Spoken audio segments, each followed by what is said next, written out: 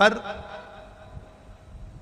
कर्म का भोग तो हमें भोगना है, पर भगवान के भजन के साथ अगर हम इस कर्म के भोग को भोगेंगे तो हमको ज्यादा कष्ट नहीं होगा, ज्यादा तकलीफ नहीं होगी। फोर्थ स्टेज का कैंसर का मतलब होता है कि व्यक्ति बच ही नहीं सकता, रह ही नहीं सकता।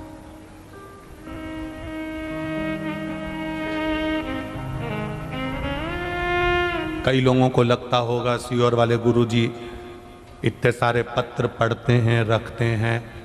हम उनसे निवेदन करेंगे, इन पत्रों में इनका एड्रेस और मोबाइल नंबर सब कुछ रहता है। हम तो आपके शहर में आना तो होता नहीं है, और विठलेश सेवा समिति का कोई सदस्य कभी किसी गांव में, किसी नगर में, किसी शहर में जाकर कोई चंदा नहीं मांगता, कोई रसीद नहीं काटता, ना तुमसे कुछ लेने के लिए आता। हम किसी को नहीं जानते, वो तो ये आपके पत्र होनाते हैं तो पढ़ लेते हैं, और पढ़ लेते हैं इसलिए आप तक पहुंचा देते हैं कि आप चाहें तो इनके पास जाकर संपर्क कर सकते।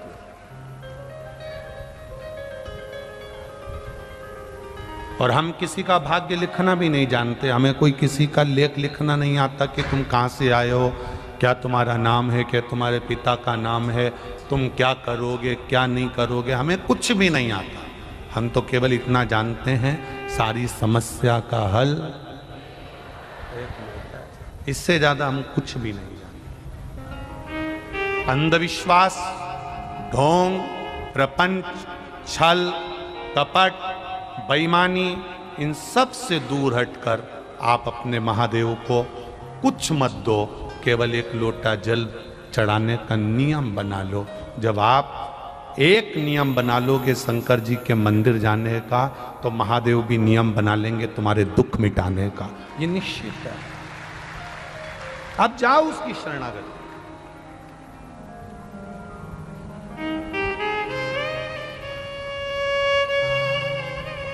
मैं कौन से कपड़े पहनूं जो घर के लोगों को अच्छा लगूं, ये हमारी सोच होती है। मैं कौन से कपड़े पहनूं कि उनको अच्छी लगूं, उसी तरह मैं कौन सा भजन गाऊं कि मेरे महादेव को अच्छा लगूं, ये भाव होना चाहिए। हम कौन सा भजन करें, हम कौन सा कीर्तन करें, हम कौन सा मंत्र जाप करें, हम कौन सा स्मरण करें।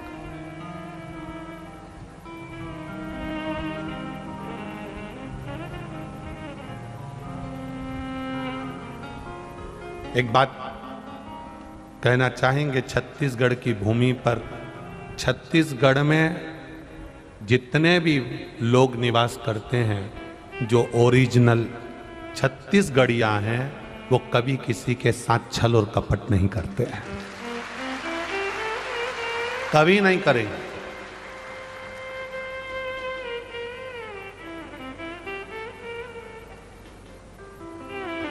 राम पथगमन में जितना कोई प्रदेश नहीं आया, सबसे ज्यादा राम पथगमन में छत्तीसगढ़ आया है। राम पथगमन में कोई प्रदेश इतना नहीं आया जितना छत्तीसगढ़ आया है।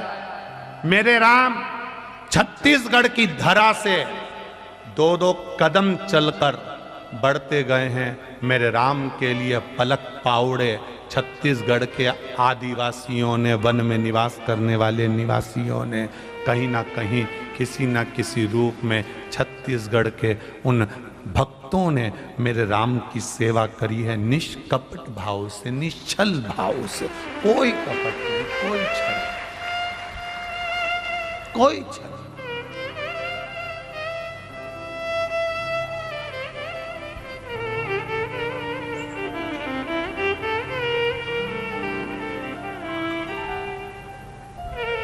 निष्कपट भाव, तो उसको कोई मतलब नहीं। इनको तो, छत्तीसगढ़ के निवासियों को तो तुम्हारे लड्डू, पेड़ा और गुलाब जामुन और बालूशाही से भी मतलब नहीं है। वो तो सांभर और चावल, दाल और चावल खाकर अपनी जिंदगी मस्त जीने वाला व्यक्ति, मस्त। अलमस्त है छत्तीसगढ़, उसका एक आनंद अपने आप में है। आज छत्तीसगढ़ में सबसे ज्यादा टेंशन का विषय यही बना हुआ है कि गांव-गांव में, जंगल जंगल में लोग शंकर जी के मंदिर में एक एक लोटा जल चढ़ाने लगे। बड़ी मुश्किल से कई विरोधियों ने, विधर्मियों ने इनको मंदिर से बाहर किया था और आज फिर ये वापस मंदिर में प्रवेश कर गए तो लोगों को चिंता रहती है, टेंशन है। कई लोगों को बड़ी चिंता है। मंदिर मंदिर भगवान के जाने लगे, शिव जी को लोटा भर के जल चढ़ाने लगे। अब ढोंग और प्रपंच से दूर हो गए, अंधविश्वास से दूर हो गए, ये भ्रम से दूर हो गए।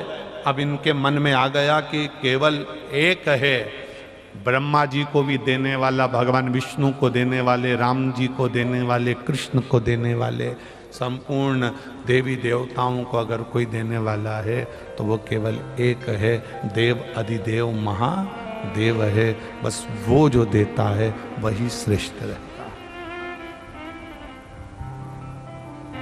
उसकी श्रेष्ठता शिव कथा कर रहे। पार्वती मैया ने एकांत में बैठकर भगवान शंकर की आराधना करी है। पार्वती जी ने शिव जी की पूजन करी, एकांत में बैठकर भगवान शंकर की आराधना करी। माता पार्वती पार्थिव शिवलिंग का निर्माण करती है और उसकी पूजन करती है।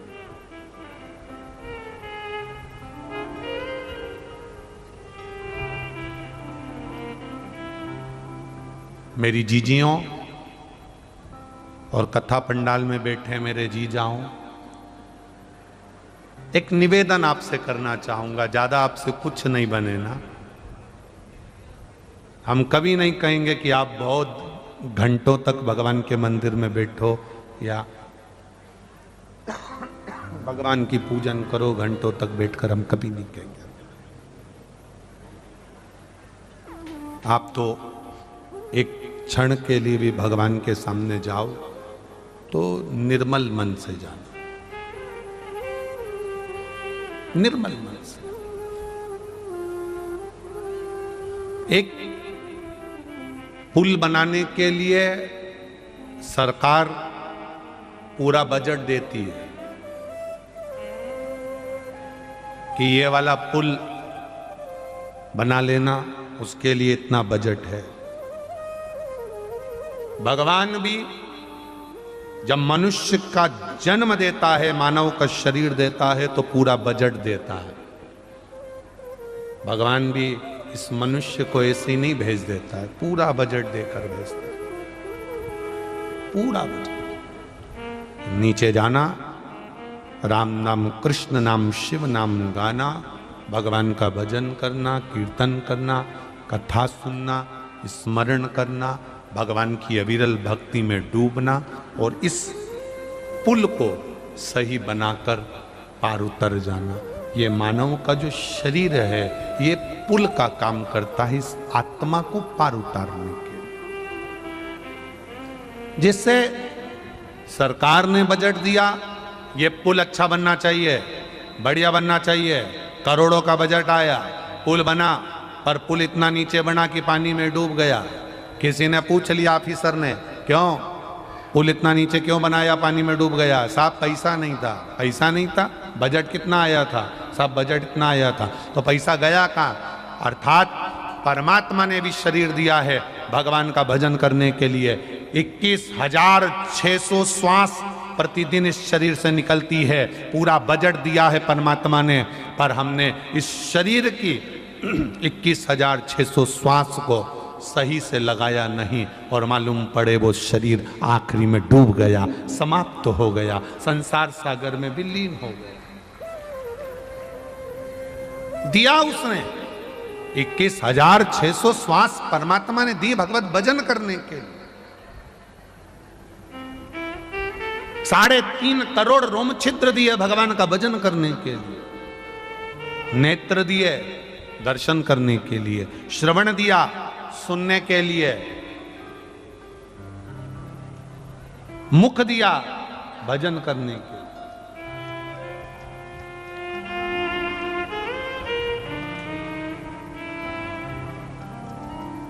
पर हम नहीं कर पाए। कहां कर सकते?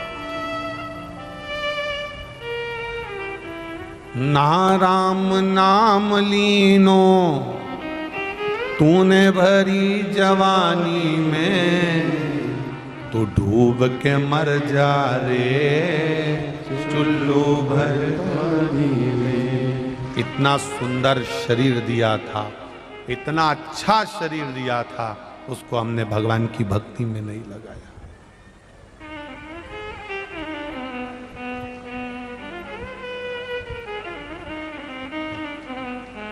समझ नहीं पाए।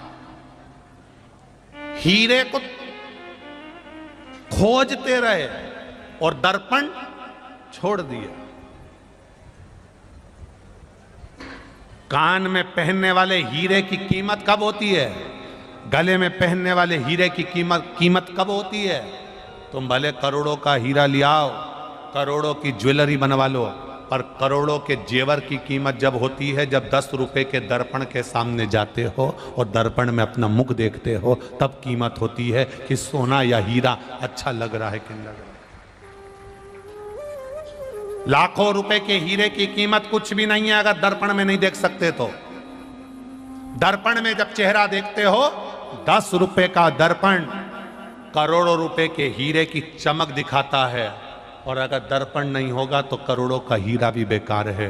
उसी तरह ये मन, ये आत्मा, ये चित्त, ये परमात्मा का दर्शन करा देती है अगर भजन है तो, और अगर भजन नहीं तो कहां कीमत हो। करो उसकी कीमत। पार्वती जी कर रही हैं शिव जी की पूजा एकांत में बैठकर।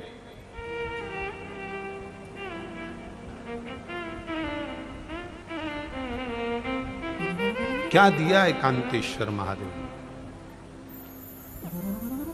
एकांतेश्वर महादेव को तुम्हारे पास बेलपत्री नहीं हो तो भले मत चढ़ाना। एकांतेश्वर महादेव को तुम्हारे पास जल नहीं हो तो भले ना चढ़ाइए। एकांत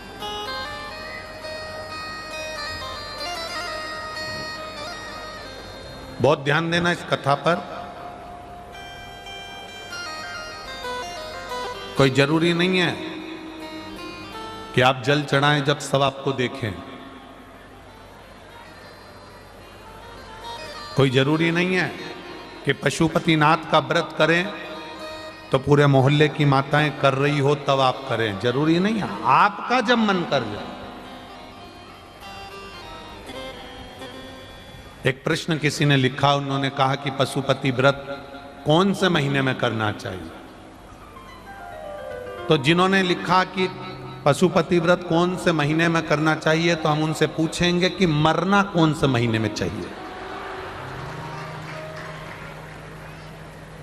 जब मरने का कोई सीजन नहीं होता, मरने का कोई दिन नहीं होता, मरने का कोई समय नहीं होता, मरने का कोई पल नहीं होता, मरने की कोई घड़ी नहीं होती, तो पशुपति व्रत करने का भी कोई समय नहीं होता। जब तुम्हारा मन करे तब करो। कितने व्रत? 5। कितने दिए? 6। प्रसाद के 3 हिस्से, 2 हिस्से मंदिर में, 1 हिस्सा। हम तो लोगों से कहते हैं आडंबर में पढ़कर व्रत मत करना। कोई ने कह दिया कि उस दिन तो केवल मीठा ही मीठा खाना चाहिए, तो वो महाराज को तो पकड़ के लाओ जिसने कहा।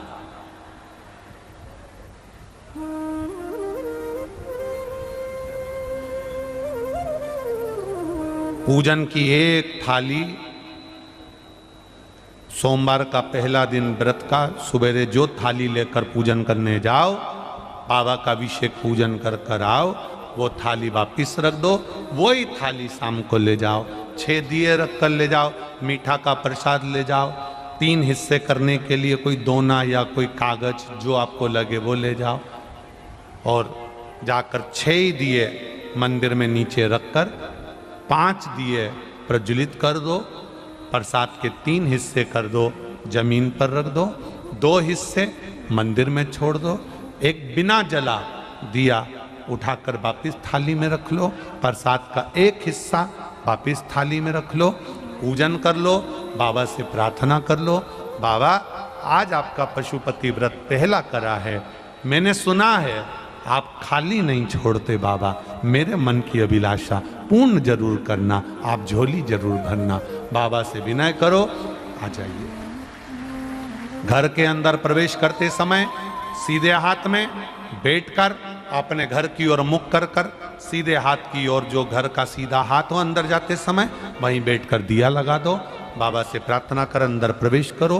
प्रसाद का जो एक हिस्सा है उसको भोजन करने से पहले खा लीजिए, भोजन करने के पहले। भोजन जो तुम्हारे यहां बना है बड़े प्रेम से पाइए। ऐसे 5वां व्रत जब आए, एक श्रीफल भेंट मंदिर में चढ़ाकर, 108 फूल हो तो फूल, पत्ती हो तो पत्ती, जो मिल जाए, चावल का दाना, मूंग का दाना, जो 108 मिल जाए, शिव जी को चढ़ा। बाबा से प्रार्थना करो, दिल से निवेदन करो, बाबा से विनती करो, और बाबा से निवेदन कर 5 व्रत तुम्हारे पूर्ण हो, बड़े आनंद से करिए, मेरा पशुपति नाथ कृपा करेगा।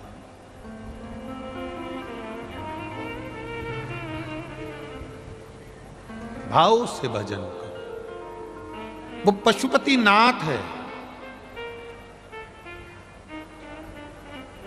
एक एक पशु पक्षी का भी पेट भरने वाला है, एक एक पशु पक्षी का।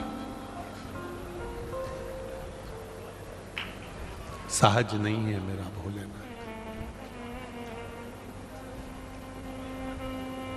वो कहते हैं ना, जैसे आप लोग वो जय जगदीश हरे की आरती गाते हो, भक्त जनों के संकट, जम के बोलो जरा, क्षण में, बस उसी तरह है। जय पशुपति नाथ हरे स्वामी, जय पशुपति नाथ हरे, भक्त जनों के संकट, दास जनों के संकट, क्षण में दूर करे। जय पशुपति नाथ हरे। एक क्षण, थोड़ा पल, थोड़ी घड़ी लगती है और वो पार कर देता। 2 पत्र हैं,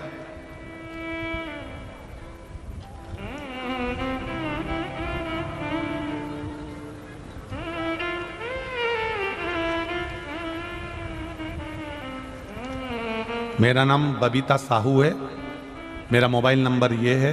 मैं भिलाई में तालपुरी में रहती हूँ। बबीता जी कहीं बैठी हो तो हाथ हिलाइएगा। बबीता साहू मेरा मोबाइल नंबर ये है। मैं तालपुरी में रहती हूँ। कहीं बबीता जी बैठी हो तो हाथ हिलाइएगा। इधर है क्या? ठीक है, दोनों हाथ हिला दीजिए एक बार। तालपुरी में रहती हूँ गुरुदेव। 5 साल से बच्चेदानी में गठान थी, बहुत परेशान थे। रायपुर भिलाई के सारे हॉस्पिटलों में दिखा लिया, जांच कराई तो बच्चेदानी में गठान, और डॉक्टर ने कहा था ये गठान आपकी बढ़ चुकी है और वो गठान अंदर से फूट रही है तो इसमें कैंसर है, कैंसर की पूरी संभावना है, पूरी बच्चेदानी को ही निकालना पड़ेगा। क्या करा जाए गुरुदेव? बड़े दुखी थे, मन में बड़ा भय भी था कि जांच के लिए जाएगी और डॉक्टर बोल रहा है कि कैंसर जैसा चांस है। करा क्या जाए? किसी ने कहा टीवी पर कथा आती है, कभी 1 बजे कभी 2 बजे आ जाती है, तुम सुनो। उस दिन हमें आधे घंटे की कथा मिली, हमने सुनी, बाबा से प्रार्थना करी। मंदिर नहीं जाते थे, मंदिर जाने का नियम बना लिया। शिवजी पे चढ़ा हुआ जल चढ़ाते, उसको पी लेते, एक बेलपत्री उठाकर लाते, कुंदकेश्वर महादेव का नाम लेकर खा लेते। बाबा, हमने बाबा से प्रार्थना करी कि आपकी कथा मिल जाए। कोकड़ी में जब 7 दिन की शिव महापुराण की कथा हुई, हमने वहां जाकर पंडाल में बैठकर कथा सुनी। तीसरे दिन आकर हमने जांच कराई और बाबा की कृपा से जब गठान की वापिस जांच कराई गई भिलाई के हॉस्पिटल में, तब बच्चेदानी में गठान नहीं थी और कैंसर के चांस समाप्त हो गए, जिसकी रिपोर्ट मैंने फाइल में लगाई है, जिसकी रिपोर्ट मैंने फाइल में लगा दी है। ये शिव तत्व है, ये औघड़ी है। बैठिए बहन, हर हर महादेव, बैठिए। शिव तत्व है। एक पत्र और बड़ा सुंदर है।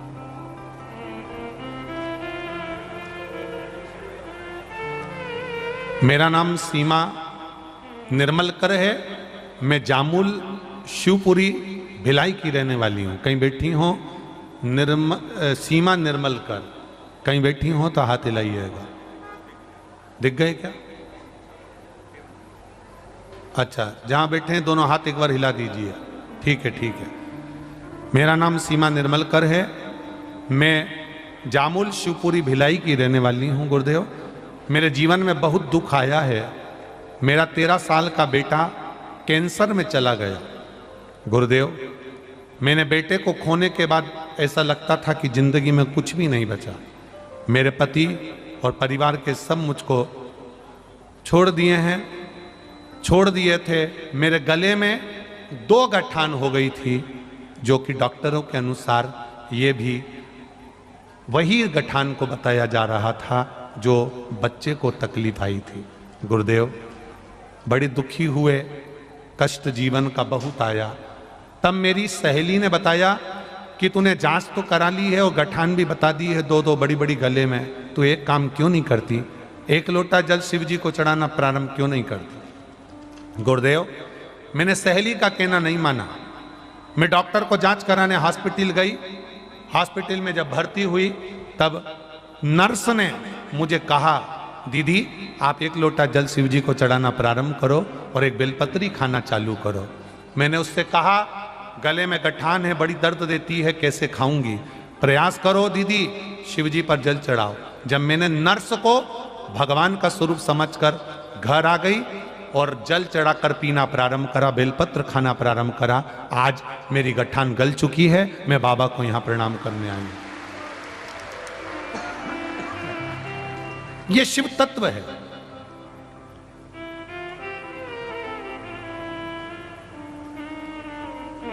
ये औघड़ी है। बैठिए बहन, हर हर शिव तत्व को जानिए। हम तो आपसे भी कहेंगे। एक बहन ने पत्र में लिखा है, अब वो कौन बहन है, उसने पत्र में लिखा, किरण बागा पति रवीन बागा, कहीं बैठी हैं किरण बागा, आप ही हैं, दोनों हाथ हिला दीजिए। पहले तो आपको धन्यवाद दे रहा हूं, आपने बहुत अच्छी लाइन लिखी है। गुरुदेव, पहले माँ अपने बच्चों को स्कूल से लेकर आती थी या लेकर जाती थी तो गार्डन घुमा कर लाती थी। आज के ज़माने में हमारे छत्तीसगढ़ की बहुएं जब बच्चों को लेकर आती हैं तो शिव मंदिर से घुमा कर लेकर आती हैं। उसके लिए धन्यवाद, बहुत बहुत साधुवाद बहन। बैठिए, हर हर महादेव। शिव तत्व की ओर हम जाएं।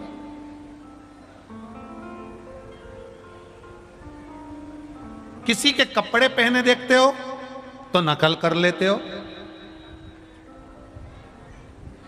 जरा सा शर्ट में डिजाइन नकल देखकर चेंज कर लेते हो। किसी के बाल कटे देखते हो तो नकल कर लेते हो। मेरा निवेदन है, जब कपड़े देखकर नकल कर लेते हो, बाल कटे देखकर नकल कर लेते हो, घर के पर्दे देखकर नकल कर लेते हो, तो किसी को 1 लोटा जल चढ़ाते देखकर भी नकल करना प्रारंभ कर। बाल कटे देखकर नकल करा वो किसी काम का नहीं रहेगा। किसी के कपड़े पहने देखकर नकल करा वो किसी काम का नहीं रहेगा। किसी के कपड़े पर्दा देखकर नकल करा, वो किसी काम का नहीं रहेगा। पर एक लोटा जल किसी को देखकर चढ़ाना प्रारंभ करा तो वो काम आ जाएगा। ये निश्चित है, वो देगा, उसका फल हमको मिलेगा, प्राप्त हो।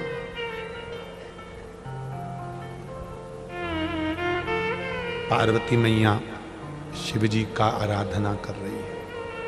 पार्वती मैया शंकर भगवान को जल चढ़ा रही है।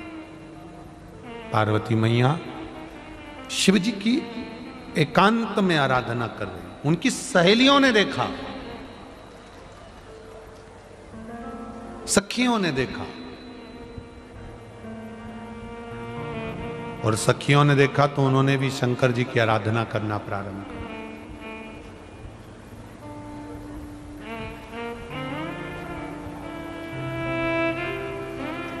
बहुत ध्यान देना इस कथा पर।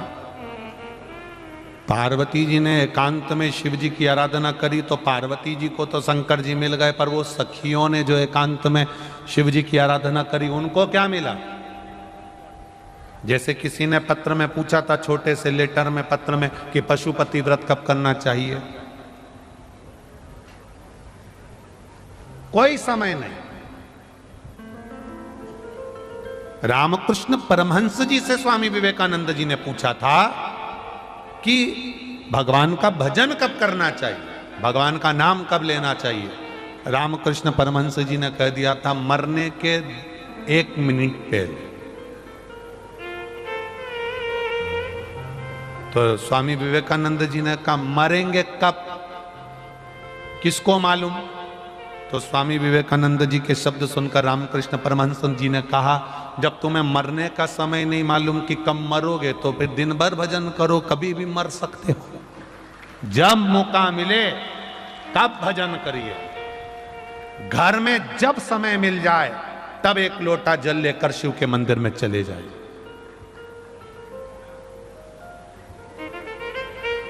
जब तुम्हारा मन कर जाए, जब तुम्हारा चित्त कर जाए, जब तुम्हारी इच्छा कर जाए, तब चले जाओ।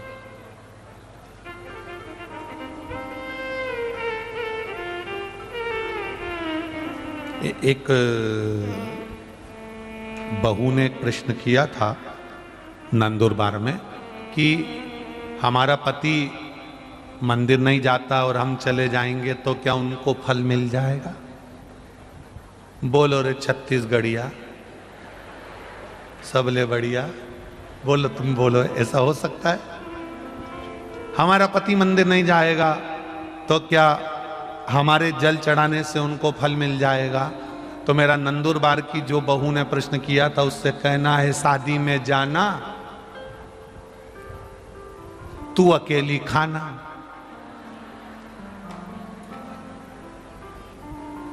रसगुल्ला तू खाना और उनसे पूछना स्वाद आया। पूछने में क्या जाता है? जल तुम चढ़ा रही हो, फल उसको मिल रहा है।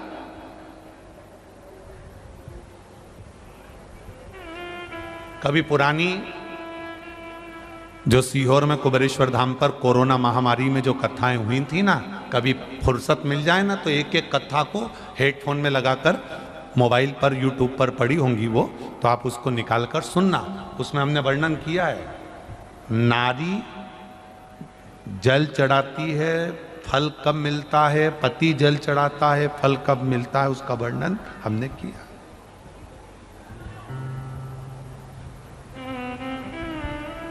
तुम भोजन करोगे तुम्हारा पेट भरेगा, वो भोजन करेगा उसका पेट भरेगा। जिसके कर्म का भोग जिसको भोगना पड़ेगा।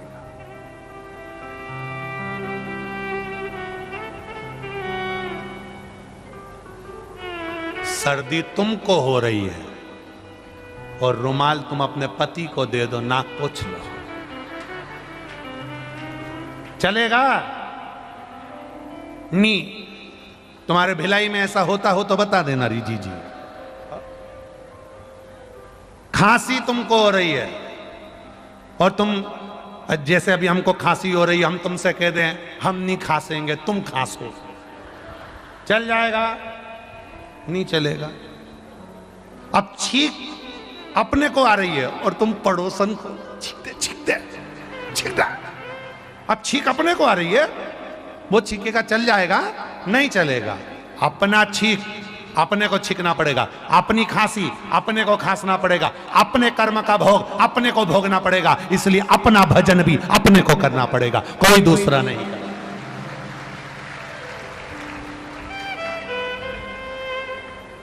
कोई दूसरा नहीं करेगा, अपने को करना। इसलिए अपने पतियों से भी कह देना, अपने परिवार वालों से, बच्चों से, कुटुंब से, कबीले से, सबसे कह दो, घर जाओ, घर से एक लोटा, घर में 4-5 तांबे के लोटे रख लो, छोटे छोटे छोटे।